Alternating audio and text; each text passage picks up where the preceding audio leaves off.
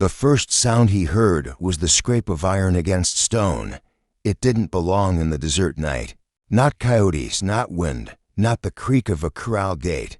No, this was the raw drag of chain links, rattling in rhythm with desperate footsteps. Eli. Mercer stopped dead on the trail, one hand resting on the worn leather grip of his Colt, the other steadying the reins of his tired bay horse. The moon hung thin over the plains, painting everything in silver: the mesquite brush, the half-buried rocks, and the figure stumbling toward him. At first, he thought it was some lost drifter, but as the shape drew closer, the truth settled in his chest like a hammer blow. A girl, barefoot, dress torn, wrists shackled together with rust-bitten iron, the chain dragged behind her, sparking faintly where it scraped the stones. She saw him and froze. Her chest heaved, her dark hair plastered to her cheeks with sweat, eyes wide, half feral, the look of someone who had run too far, with nowhere left to run. Eli raised one hand, slowly from the reins, palm outward. "Easy now," he said, his voice low and steady. "Ain't here to hurt you." Her gaze flicked to his revolver, then back to his face. Her lips moved, but no words came, just a rasp of breath, sharp and broken. The chain clinked again as she tried to back away, but her knees buckled, sending her sprawling into the dust. Eli was off his horse before the thought had finished forming.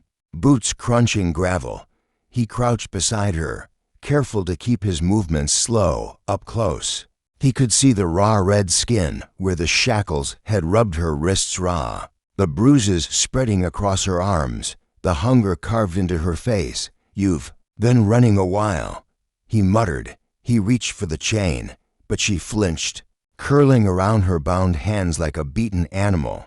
Her voice tore out of her throat at last, hoarse and panicked. "No, no, they'll kill me." Who? Eli asked, though part of him already knew. He'd seen enough scars to recognize the work of soldiers, or worse. She shook her head violently, eyes darting toward the darkness behind her as though riders might spill from the hills at any second. Eli sighed.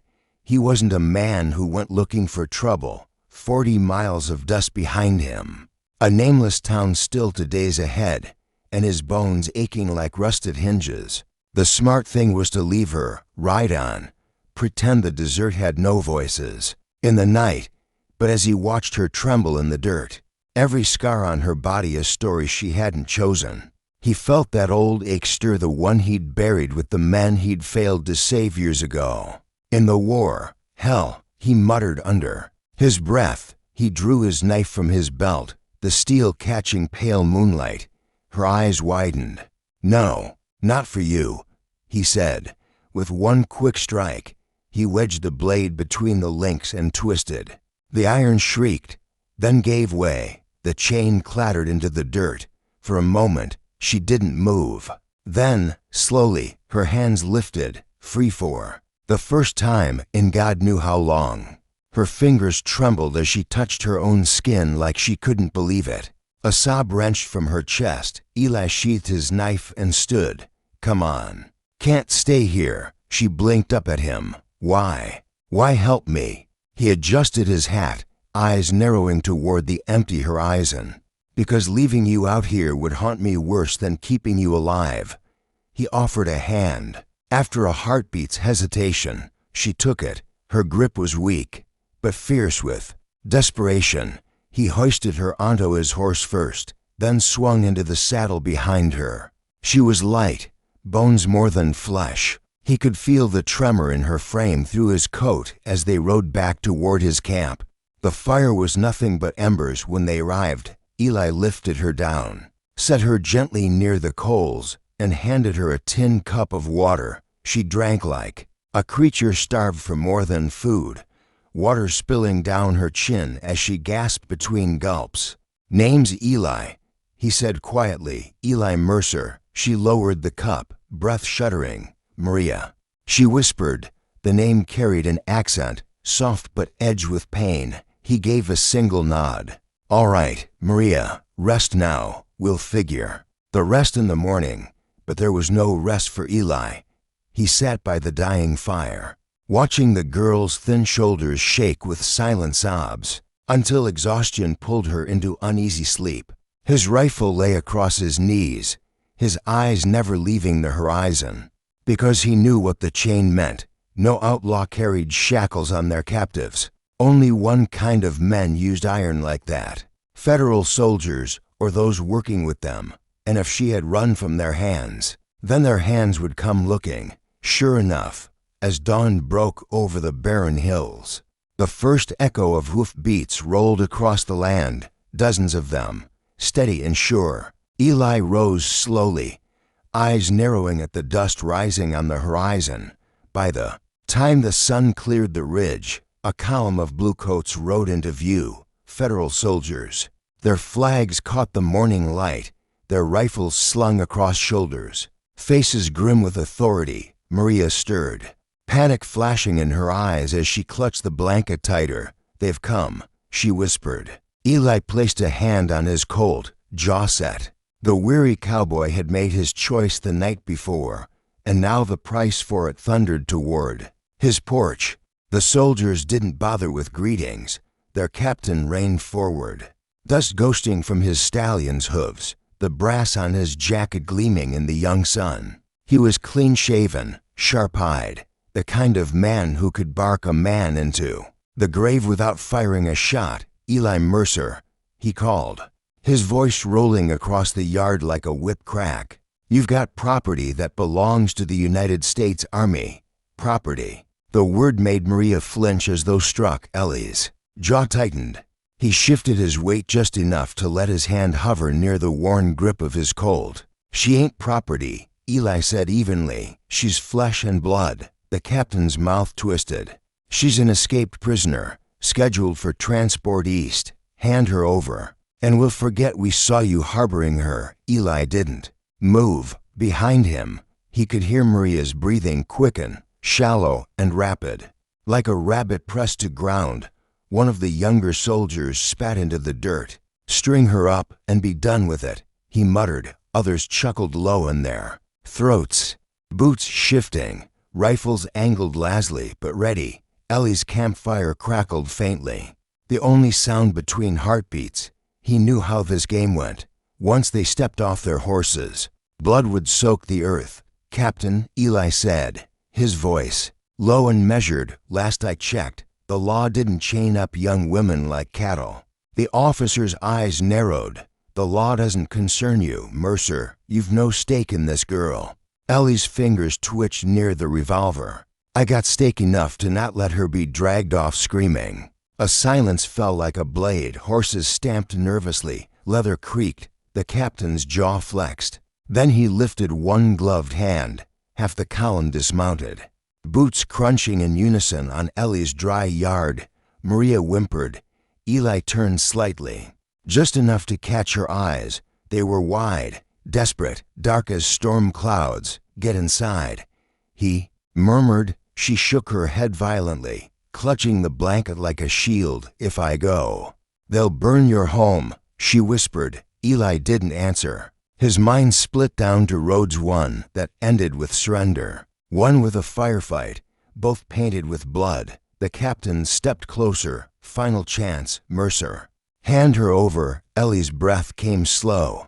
He could feel the tremor in his old bones, the kind that came before war drums. He thought of the nights, riding scout in Texas, of the screams echoing across black fields, of how many men he'd buried for less cause than this. His thumb brushed the revolver's hammer. That's when Maria did something neither man expected. She stepped forward, past Eli, into the pale sun. Her hair glowed against the light. Chains gone, but wrists still raw, blood crusted around the wounds. She stood barefoot in the dust before a line of armed soldiers. Her voice was hoarse, but steady. "If you take me, I go by my own feet, but don't call me property." The soldiers shifted, some glancing at each other with unease. The captain sneered, but Eli saw the flicker of hesitation ripple through the ranks before the captain could speak. A shot cracked in the distance, sharp, singular, echoing across the valley. Every soldier froze. Ellie's blood went cold. Another shot followed. Then, the unmistakable roll of distant thunder, not from the sky, but from war drums. The captain's eyes darted to the horizon. Dust was rising from the west, not from cavalry, but from riders unknown. The sound grew clearer, a rhythm of hooves that didn't belong to blue coats. Maria's face drained of color. "They've found me," she whispered. "Who?" Eli demanded. Her eyes locked on his, brimming with a terror older than these soldiers. "The ones who chained me first. The army only borrowed me. My true captors. They're worse." The captain barked orders, his voice cracking like thunder. Soldiers scrambled, rifles loaded, sabers drawn, horses reared against their reins. Nostrils flaring at the smell of approaching dust, Eli drew his Colt at last, the weight familiar, heavy as memory. His porch felt smaller than a coffin lid, the horizon larger than a graveyard. "Captain," he said, voice cutting through the chaos, "looks like your claim on this girl's about to be tested." The officer's glare was venom, but even he turned toward the rising storm of riders. Maria pressed against Ellie's side, trembling. "If they take me, I won't live to see another dawn." Ellie's grip tightened on the revolver, heart pounding against his ribs like the drums rolling closer. He didn't know who the hell was coming, but he knew one thing with the certainty of an old soldier staring down the barrel of fate. He wasn't giving her up, not to the army, not to the devils thundering out of the west. The first of the riders crested the ridge, black banners cut the sky, their cries carried across the valley, sharp as broken glass. The ground shook beneath the weight of their charge. The weary cowboy squared his shoulders on the porch, revolver raised. Maria at his back. The war for one chained girl was about to begin. The black banners snapped like whips in the wind as the riders poured down the ridge. Dust boiled around their hooves, blotting out half the morning sun. They weren't federal soldiers. Their horses were leaner, their clothes darker, their faces hidden beneath scarves and wide-brimmed hats. Bandits, mercenaries, devils. It didn't matter. What mattered was the way the ground shook beneath them.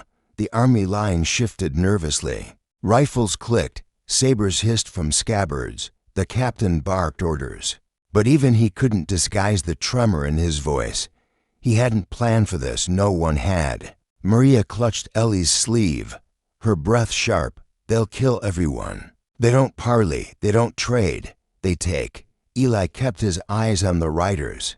"Then we don't let them take." The band thundered closer, splitting into two sweeping arcs that began to circle the ranch yard like wolves around a stag. Dust churned up until Ellie's lungs burned with it through the haze. He saw their leader, taller than the rest, riding a coal-black stallion. His scarf hung low enough to show a scar running from ear to jaw, deep as a canyon cut. The captain lifted his saber. "Hold the line. Protect the prisoner. Prisoner." The word cut through Maria like steel. She shook her head violently. "Not again," she whispered. The first shot cracked from the circling riders. A soldier screamed, pitching sideways from his horse. Chaos erupted. Bullets tore through the dust. Horses reared. Men cursed. Rifles barked. The yard became a storm of lead and smoke. Eli shoved Maria behind the porch post and dropped to one knee, revolver steady in his fist. He squeezed off 2 shots into the dust. One rider spun from the saddle, crashing hard. Another wheeled away, clutching his arm. Maria cried out, ducking. Low as splinters flew from the porch beam inches above her head. Eli shifted, shielding her with his body. The captain roared, slashing his saber forward. Soldiers charged into the melee, colliding with the riders in a clash of steel, flesh, and fury. Screams rose sharp against the endless thunder of hooves. Eli fired again, each pull of the trigger echoing in his bones. He saw faces grim, hollow-eyed, hungry. These weren't men chasing glory. These were men chasing survival, desperate enough to kill for it. Maria's voice cut through the din. "Eli, look." He followed her gaze. At the far side of the yard, 3 riders had broken away. Cutting toward the porch, their target was clear. Ellie's stomach turned to iron. He sprang from cover, dragging Maria with him. "Stay down," he barked, shoving her behind the water trough. The first rider leaned low, reaching out as if to snatch Maria straight from the dirt. Ellie's revolver roared. The man toppled sideways, foot tangled in the stirrup, dragged screaming until his neck snapped against a fence post. The second rider swung a lasso overhead. Eli fired again. Click. Empty. The rope hissed through the air. It wrapped Ellie's arm, yanking him hard enough to tear skin. He staggered, teeth gritted, pulling against the rope with everything in him. The rider hauled back, trying to drag him off balance. Maria burst from cover. In her hand gleamed the knife Eli had used to cut her chains. With a cry that split the chaos, she slashed across the taut rope. The fibers snapped, whipping back into the rider's face. He howled, blinded, just as Eli slammed his shoulder into the horse's flank. The animal reared, and the man went tumbling beneath its hooves. The third rider was almost on them. Rifle leveled, eyes cold as stone. Eli didn't have time to reload. His mind raced, searching for anything. His hand found the broken chain lying in the dirt where Maria had dropped it last night. He swung it like a whip, iron links whizzing through the air. The chain struck the rider across the mouth. Blood sprayed. The rifle went wide, and Eli lunged. He ripped the man from the saddle and slammed him into the ground. The fight surged all around. The army was holding barely, pressed against the barn and fences, their line buckling under the black banner riders. The captain's saber rose and fell, his men firing wild into dust and shadow. Bodies littered the yard, horses screamed, and the sky itself seemed to pulse with smoke. Maria knelt beside Eli, hands trembling. "We can't stay here. They'll tear this place apart." Eli reloaded, his breath ragged. "Then we run." Her eyes widened. "Run where?" "They'll chase us to hell. Better hell than a chain." He growled. He gripped her arm, pulling her toward the barn. They slipped through the chaos, ducking beneath the blur of hooves and the crack of rifles. Inside the barn, the air was heavy with hay and panic. Eli saddled his horse with frantic hands, every second carved by gunfire outside. Maria clung to his coat. "They won't stop, Eli, not until I'm dead or back in their hands." Eli met her eyes, fire burning behind his weariness. "Then they'll have to kill me first." He hauled her into the saddle, swung up behind, and spurred the bay through the barn doors. Bullets sparked off the posts as they burst into daylight. Soldiers and riders clashed all around. To tangle to give chase immediately. Eli bent low over Maria's shoulder. "Hold on." She gripped his arms tight, her breath hot against his chest. Together, they tore across the yard, through blood, dust, and smoke, toward the open plains beyond. Behind them, the battle raged on. But Eli knew it wouldn't hold the riders for long. The black banners would come again, and when they did, the weary cowboy and the chained girl would have the whole West at their heels. The plains stretched wide, a sea of dust and brittle grass swallowing sound and horizon alike.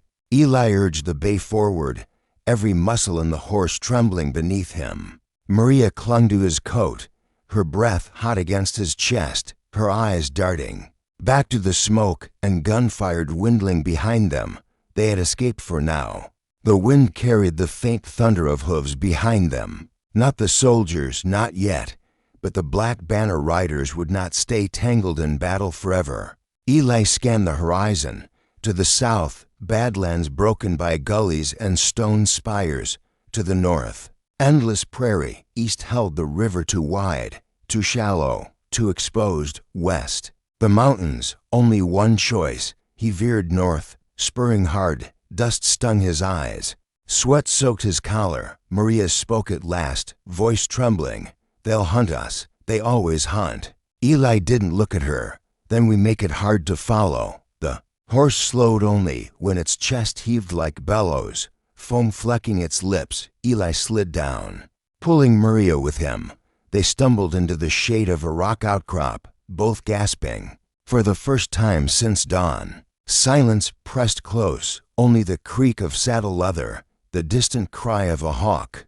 Maria's hands still shook as she wiped dust from her face. "You don't understand," she whispered. "They chained me because I saw something. I wasn't meant to see." Eli crouched, reloading his revolver with hands steady despite the ache in his bones. "Start talking." Her eyes glistened. "I was taken from my village, sold to soldiers. They passed me to men with black banners. I saw what they did, to families, 2 children. They can't let me live." Her voice cracked. She turned away, arms wrapped tight around herself. Eli holstered the Colt. He'd heard plenty of stories: raiders burning farms, mercenaries carving their names into whole counties, but hearing it in her voice painted it in blood. "You're not their property," he said flatly. "Not theirs, not the Armies. You're breathing. That means you still get a choice." She looked at him, eyes wide, disbelieving. "A choice? Run, fight, live, die, all choices." He pulled the canteen from his saddlebag, handed it to her. "Long as I'm drawing breath, I'll fight to keep you free." She clutched the tin, knuckles white. "Why?" Eli looked past her, out at the endless horizon. His jaw worked, but the words came low. "Because I buried too many who never had the chance." For a moment, the world shrank to the hawk circling overhead, the rasp of wind through grass, the silence between them, then hoofbeats, distant but steady. A line of riders cutting across the prairie, black banners snapping. They'd broken free from the fight already, and they were closing. Eli cursed under his breath. He shoved the canteen back into the bag, grabbed Maria's arm. Up. They mounted fast, the bay groaning under the strain, but obeying. Eli spurred north, angling toward a ridge line of low hills. If they reached the breaks, they might lose the riders among the gullies. The chase bled into hours. Sun climbed merciless. Shadows shrank. Heat shimmered off the land like glass. Maria swayed in the saddle, near collapse. Ellie's vision blurred at the edges, but he held on, teeth gritted. At last, the ground fractured into gullies and ravines. Eli guided the bay down into the maze. Hooves slipping on shale, dust rose, then vanished into shadow. They dismounted in a narrow cut, walls of stone rising on either side. The bay panted, ribs heaving. Eli ran a hand along its neck, whispering thanks. Then he turned to Maria. "We'll walk from here." Her eyes widened. "But horse can't take both of us farther. We move quiet, leave less trail." He pressed the rifle into her shaking hands. "If someone comes before me, you aim for the chest. Don't hesitate." Her lips trembled. "I've never, you will if you want to live." His voice was flat, final. She nodded, swallowing hard. The gullies twisted like a serpent. They crept through shadow, stones crunching under boots. Every few minutes Eli stopped, crouched low, listening. Hoofbeats echoed faint above, then faded. The riders were searching. At one bend, Maria touched his sleeve. "Eli." He turned and saw it too. A thin line of smoke curling from the ravine ahead. Not the riders, a campfire. Someone else was out here. Ellie's gut nodded. Strangers could mean salvation or betrayal. He pulled Maria close. "Stay behind me." They crept forward. The smoke thickened, carrying the smell of beans and coffee. Voices murmured.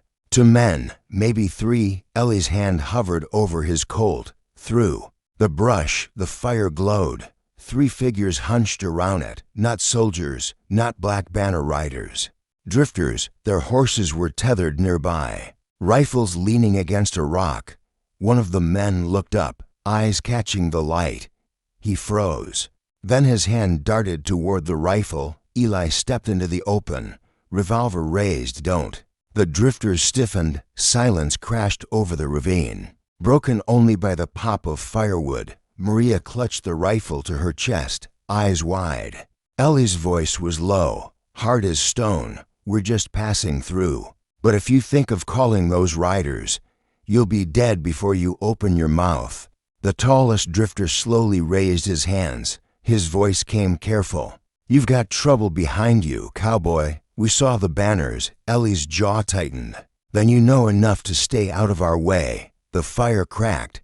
Somewhere above, hoofbeats echoed again, closer this time. The weary cowboy had bought seconds, maybe minutes. But the storm of riders was still on their trail, and there would be no hiding forever.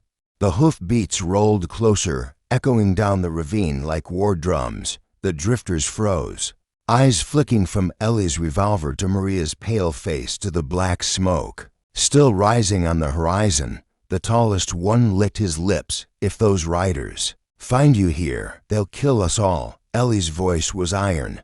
"Then stay quiet, and maybe you'll live." The man hesitated, gaze slipping toward the rifle at his feet. Eli cocked the Colt. "Don't." Maria's hands trembled around the long gun, but her eyes never left Eli. She seemed to know this moment balanced on a hair's edge. One twitch, and the ravine would drown in blood. The hoofbeats swelled, dust sifted down from the rim above. Shadows of riders flickered against the pale sky. The shortest drifter whispered, "They're here." Ellie's breath came slow. "Steady." He turned to Maria. "Stay behind the rock. If I fall, you run. Don't stop." Her mouth opened, but no words came, only a nod, sharp and broken. The first of the riders appeared at the rim, black banner snapping, rifle glinting. He spotted the smoke, the horses tied below, the figures around the fire. His shout carried sharp as a blade. Down there, the ravine erupted. Bullets screamed, ricocheting off stone. The drifters dove for cover.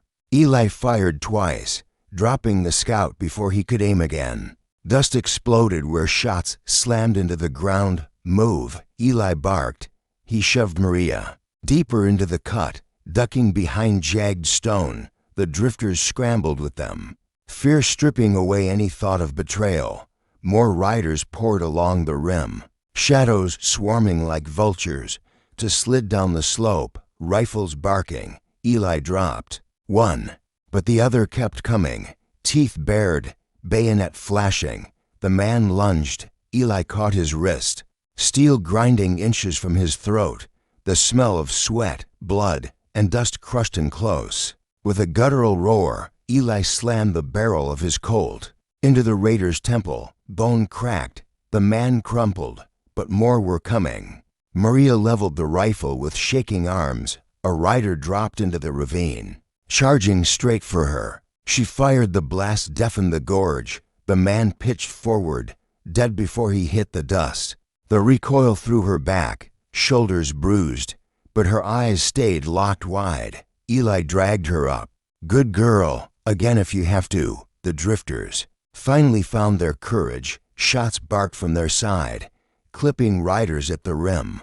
One horse screamed, tumbling into the ravine, crushing its rider beneath. Still, the black banners pressed. More shadows, more gunfire. The air choked with smoke and iron.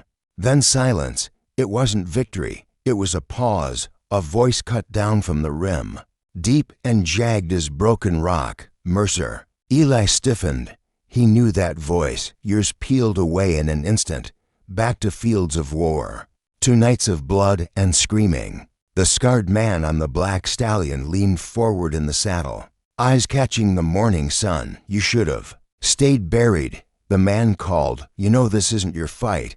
Hand over the girl, and I'll let you crawl back to your hole." Maria clutched Ellie's arm, her nails digging deep. "Don't." Eli raised his revolver toward the voice. His words came low, steady. "You'll have to come take her." A laugh rolled across the rim, cold.